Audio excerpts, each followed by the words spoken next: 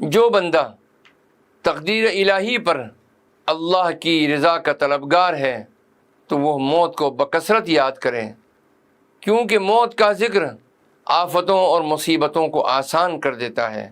اللہ پر اپنے نفس اور مال اور اولاد کے بارے میں تہمت نہ لگایا کر، بلکہ یہ کہا کر میرا رب مجھ سے بہتر جاننے والا ہے۔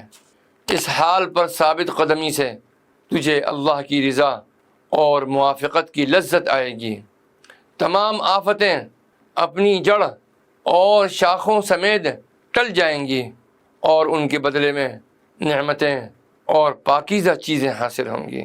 تو جب بھی کسی مصیبت میں اللہ کی رضا کے ساتھ موافقت کرے گا اور اس سے لذت پائے گا تو تیرے لیے ہر سمت سے نعمتیں آئیں گی۔ تجھ پر افسوس ہے اے غافل، تو غیر کی طلب میں اس سے لاپرواہ نہ ہو۔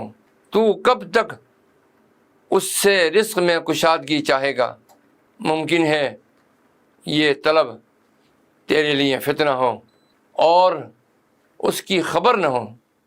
تجھے یہ معلوم نہیں کہ کس چیز میں بھلائی ہے۔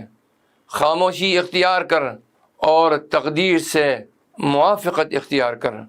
اللہ کے کاموں میں اس کی رضامندی اور سب احوال میں شکر طلب کر۔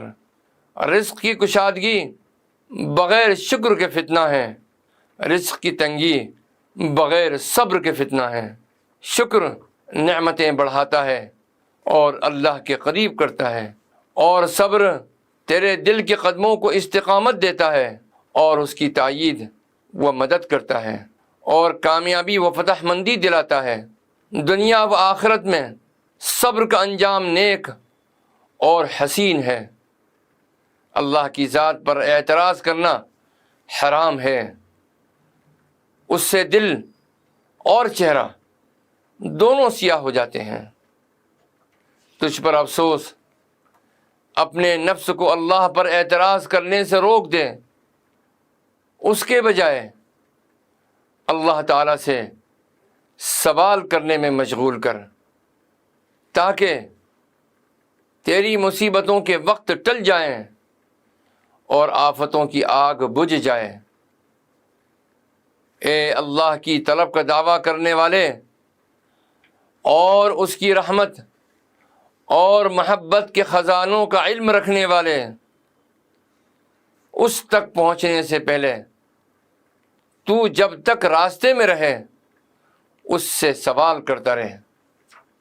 جب راستے میں حیران ہو تو یہ عرض کر، یا دلیل المتحیرین دلنی، اے حیرانوں کے رہبر میری رہنمائی کر۔ جب تو آزمایا جائے اور صبر سے عاجز ہو تو یہ سوال کر، الہی اعنی وصبرنی واکشف عنی، الہی میری مدد فرما اور صبر عطا کر اور میری مصیبت کو دور کر۔ اور جب تو گوہر مقصود کو پالے، تیرے دل کو حضوری مل جائے اور قرب عطا ہو جائے، تو اس سے نہ کوئی سوال ہو، نہ کچھ زبان کہے، خاموشی ہو اور نظارہ ہو۔ تیری حیثیت مہمان کی ہوگی، اور مہمان کسی طرح کی فرمائش نہیں کرتا، بلکہ حسن ادب کو ملحوظ رکھتا ہے۔ جو کچھ پیش ہو کھا لیتا ہے اور جو کچھ دیا جائے لے لیتا ہے، مگر جب میزبان کہے کوئی فرمائش کر، تب حکم کی تعمیل میں بے اختیار خواہش کا اظہار کر دیتا ہے۔ دوری ہو تو سوال، نزدیکی ہو تو خاموشی۔ اولیاء اللہ اللہ کے سوا کسی کو نہیں پہچانتے۔ دوست احباب سے قطع تعلق ہو جاتا ہے، اسباب کا سلسلہ دلوں سے ٹوٹ جاتا ہے۔ اگر ان پر چند دنوں یا چند مہینوں کے لیے کھانا روک دیا جائے تو وہ کچھ پرواہ نہیں کرتے، نہ ان میں کوئی تبدیلی آتی ہے، کیونکہ اللہ ان کو کھلانے والا ہے، جو چاہتا ہے انہیں کھلاتا ہے۔